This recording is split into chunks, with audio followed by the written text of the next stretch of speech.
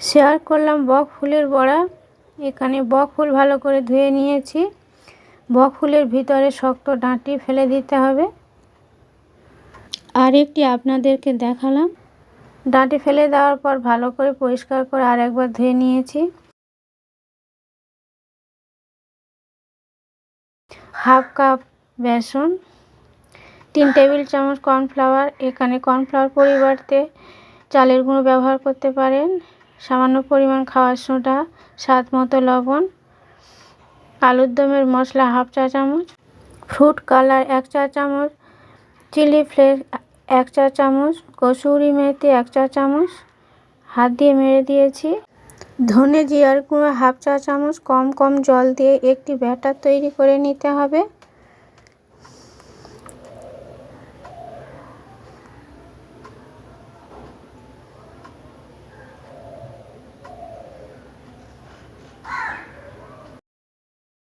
বেসনের ব্যাটার তৈরি করতে 6 টেবিল চামচ জল ব্যবহার করেছি। কড়াইতে সাদা তেল দিয়েছি। তেল গরম হয়ে গেছে। 1 টেবিল চামচ সাদা তেল ব্যাটারে দিয়ে দেব।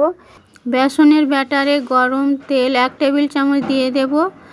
গরম তেল দিলে পকোড়া বড়া খাস্তা হয়, খেতে খুবই ভালো লাগে। পরিষ্কার করা বকফুল ব্যাটারে ডুবিয়ে সাদা গরম তেলে ভেজে নিতে হবে লো টু মিডিয়াম ফ্লেমে উল্টে পাল্টে 5 মিনিট।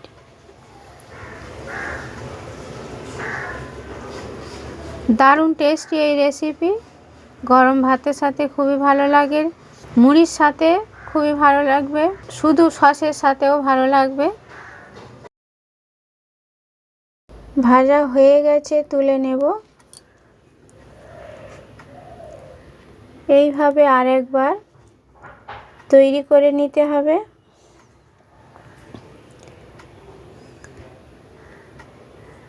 বক ফুল এই শীতের সিজনে পাওয়া যায়, আপনারা খাবেন, অনেক উপকার পাওয়া যায়।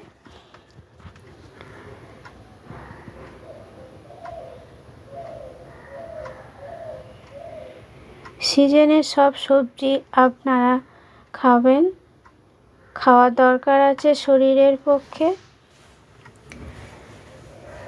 এইভাবে সব পকোড়া বা বড়া ভেজে নিয়েছি। তৈরি হয়ে গেছে বক ফুলের বড়া বা পকোড়া।